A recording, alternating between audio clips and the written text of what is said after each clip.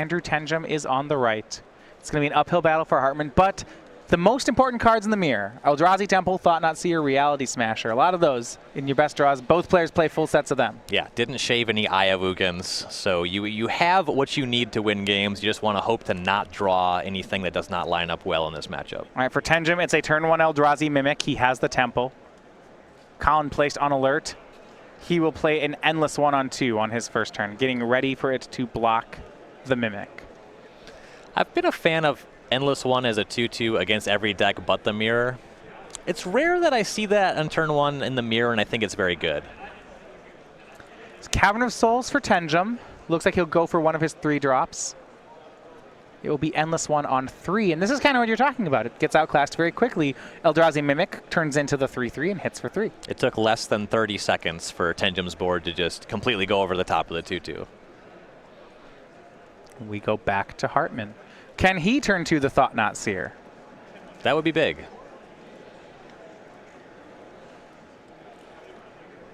Still playing for Hartman, rather than playing cards like Path to Exile and Eldrazi Displacer, he has these 4 Chalice of the Voids in the main deck, which are going to be poor. He does play 4 copies of Matter Reshaper. We saw that last round as well.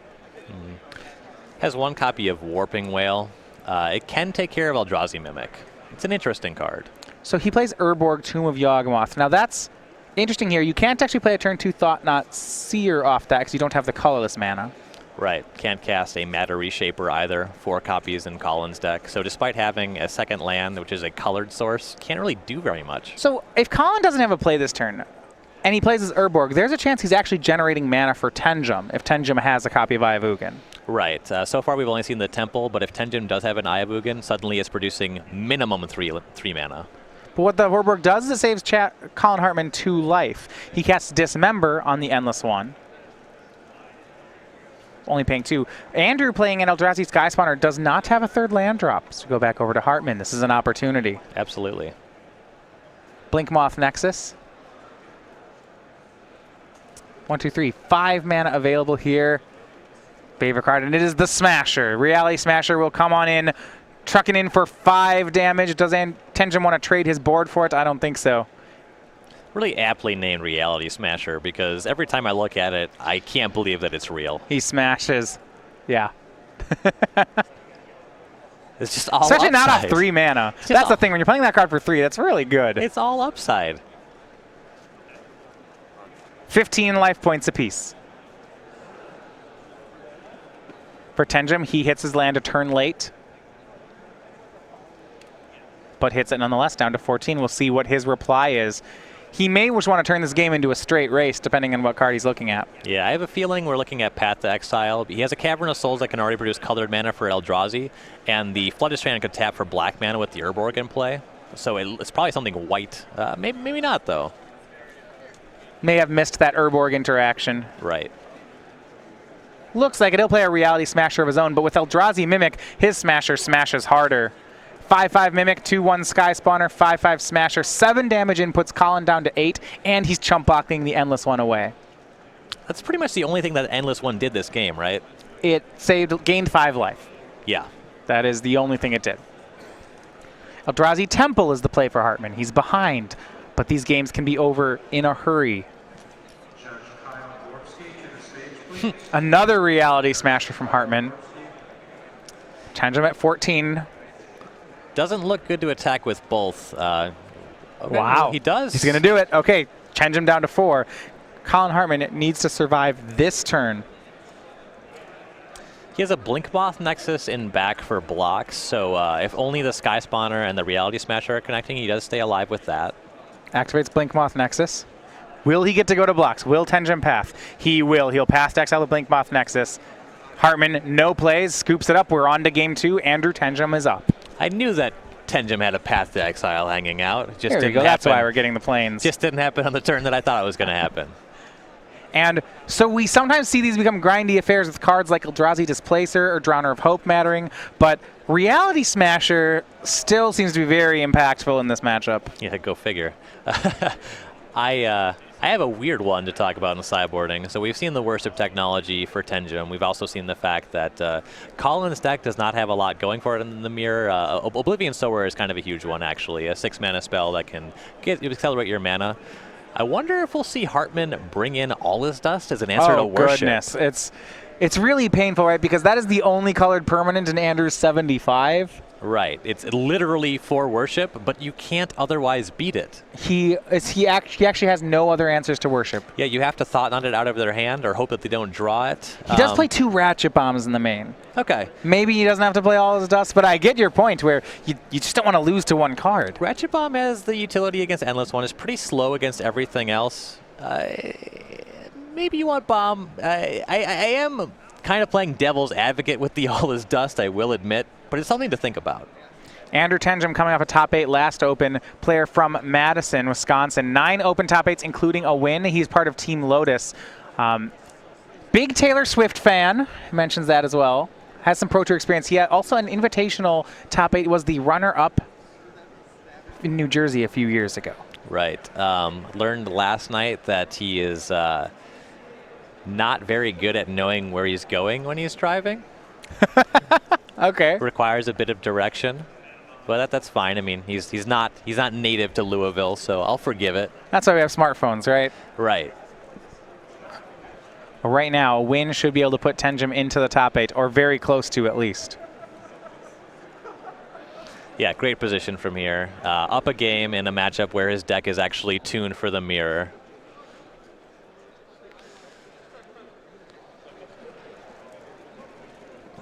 Yeah, so we see some pile shuffling post sideboard. I don't mess around with that. How do you feel about the pile shuffling post sideboard? Post sideboard, typically no. I'll do it before game 1 to make sure that I actually have all 60 of my cards there. But I don't think the cards generally go anywhere after game 1. Right. I usually just verify that I have the 15 cards I don't want in my deck in my sideboard and assume I have 60 otherwise. So sometimes I actually will pile shuffle it because, say someone Path to Exiled my card and I forgot to shuffle it back in, I'll want to know that before I present. I'll let it slide, especially when you're playing a deck that has, I mean, this matchup they could probably play 5 games in the allotted time. That's true. In a 5-game set, I still take the blue-white build.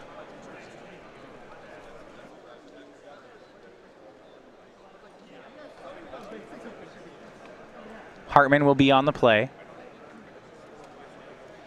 We saw Tenjum miss 1 land drop last game, but was able to get out to a fast enough start. I mean, the card Eldrazi Mimic seems to actually be the thing that turned the tide for him. He was able to score extra damage off it. It's a 0-mana 5/5, which we might be seeing here from Hartman. Oh, wow. These are the draws we talk about. Turn 1 Ivugin, 2 Eldrazi Mimics. For Tenjum, it is a hollowed fountain.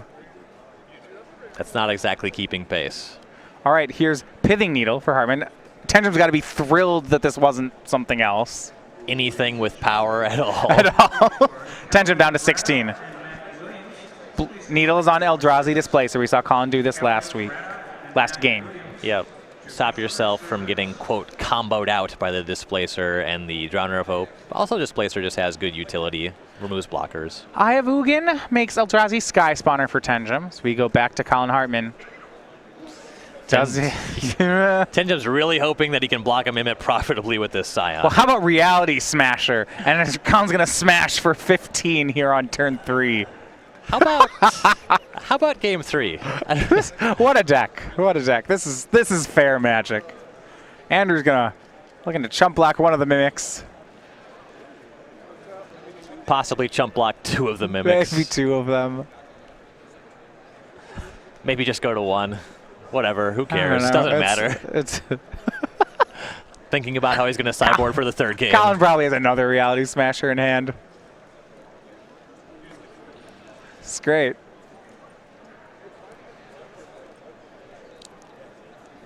It's not technically a turn 3 kill, but feels pretty close. I kind of feel, yeah. Tenjum jumps away. The Sky Spawner goes down to 6, leaves himself the Scion. Presumably planning on using that mana for something. Yeah, for land in Day of Judgment.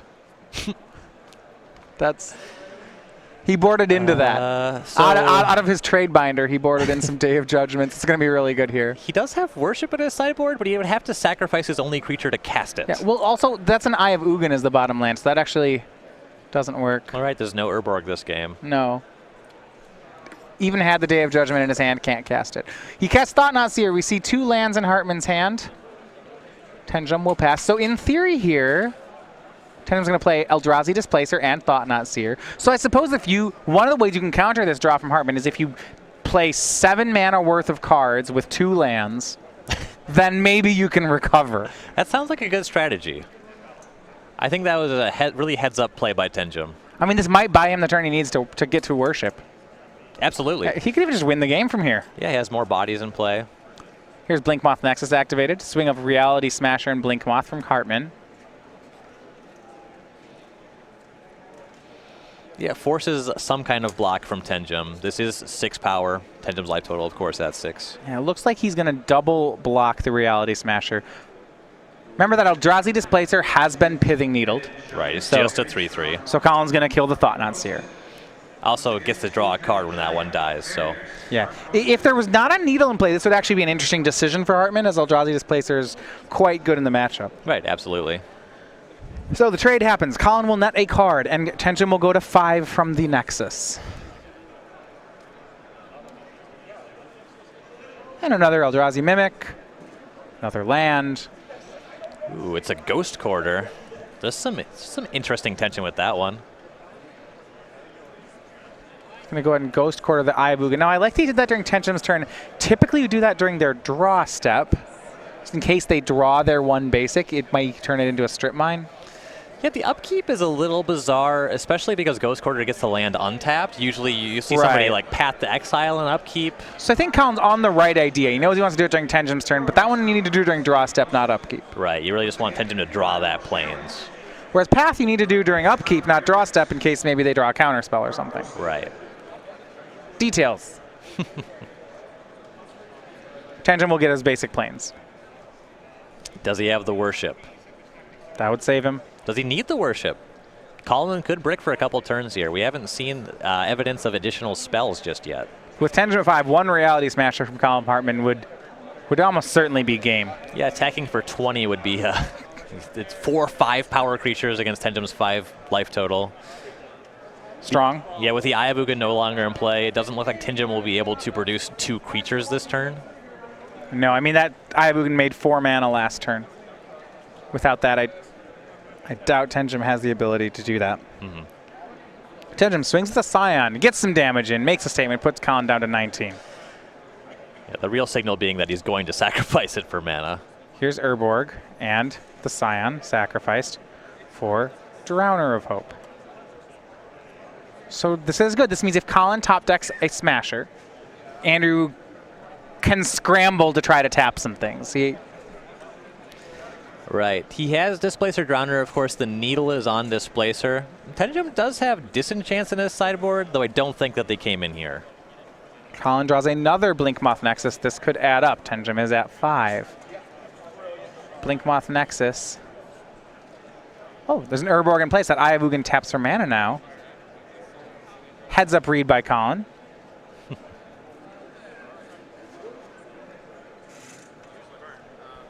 One Urborg in Tenjum's list, 3 Urborgs in Colin's. Yeah, it matters a bit more for Colin's list, especially with the Simian Spirit Guides. Just the ability to generate more mana, especially without any colored spells. So it'll be Matter Reshaper for 1 mana from Hartman. Get that utility with Dismember as well, save some life. And it will be an activate of the Nexus. So now his Mimics are 3/2s, which means that they would trade with the Displacer. They still get eaten by the Drowner. He goes to attacks, and Tenjum will not tap anything. He'll let Colin swing the entire team. Yeah, the only profitable tap is really tapping the Blinkmoth Nexus because it's a flyer. If you want to take care of the Mimics, you can just block them. And you can also use the Mimic blocking the 3/2 to sacrifice to tap the Matter Reshaper on Colin's side. So this is a great attack from Colin. Tenjum has to decide whether or not he wants to trade a Scion, trade both Scions with one of these Mimics, chump one of them. He can't let that through. He'll go to 1 if he does. Yeah, against the 2 Blink Moth Nexus, that's a real problem. So, looks like the whole board is going to be traded away for Tenjum. All 3 Mimics will go down. Tenjum will be left with just a Drowner of Hope and 4 life points. Yep, no Scions to sacrifice. That's fine by Hartman. Big trade here will clean up the board. Tenjum at 4, Colin at 19. Matter Reshaper versus Drowner, but those two Nexus are going to peck away in 2 turns. Because of Urborg, Colin has the mana to activate them both. Yep. A lot of pressure on Tenjum to draw something here.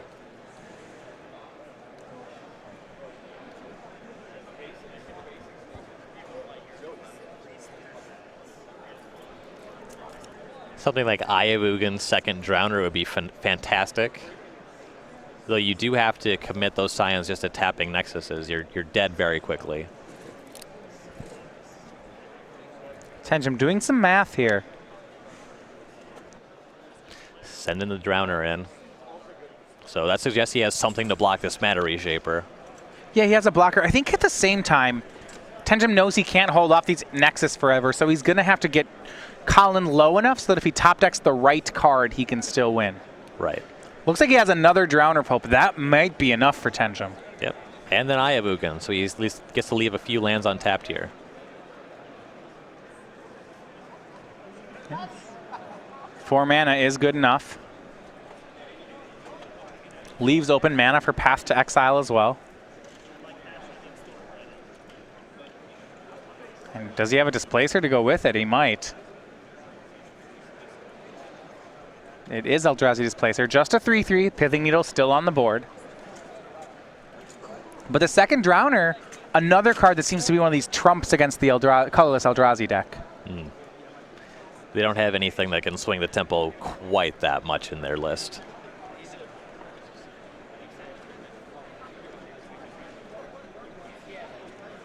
Activates 2 Inkmoth Nexuses for Colin. Will Tenjum take? Will he try to tap Colin out? He has 13 power on the board, or 15 power on the board as it stands. So it's enough to be lethal with only sacrificing 1 Scion. If you're Tenjum, I think you let all this through. Yeah, there's not a huge amount of risk of going down to 2. I guess the fear would be that Colin double gut shots you. I don't know that Colin has 2 cards that Tenjum doesn't know about in his hand from the Thought-Knot Seer. Last game, we did see gut shot post board from Colin. Right.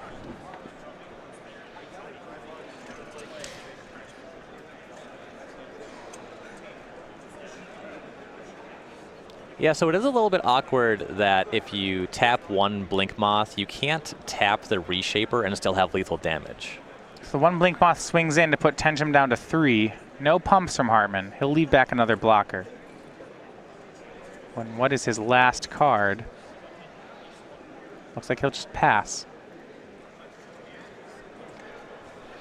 Yeah, so he activated there before combat to see if Tenjum would tap his creatures. Use that information that Tenjum didn't to decide not to attack with both. And here's Reality Smasher from Tenjum. That Colin left back enough blockers to only go to 1 on this attack, but that's not going to work with Reality Smasher. Now this is academic for Tenjum. He'll sacrifice a Scion to tap the Matter Reshaper. Colin can activate the Nexus as a blocker, but Tenjum will tap it, and this is a lethal attack. It is for 18. Right, that 5 additional power from the Smasher puts him 4 points ahead of lethal.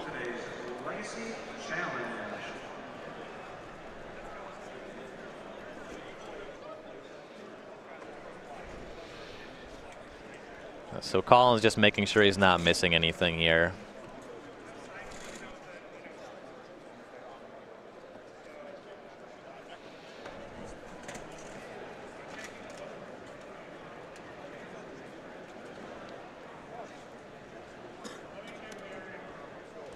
Can activate the Blink Moth. That Scion is just going to be sacrificed to the Drowner to tap it down. It looks like the initial tap trigger is still on the stack. I don't know what Colin could really be thinking about in response to that.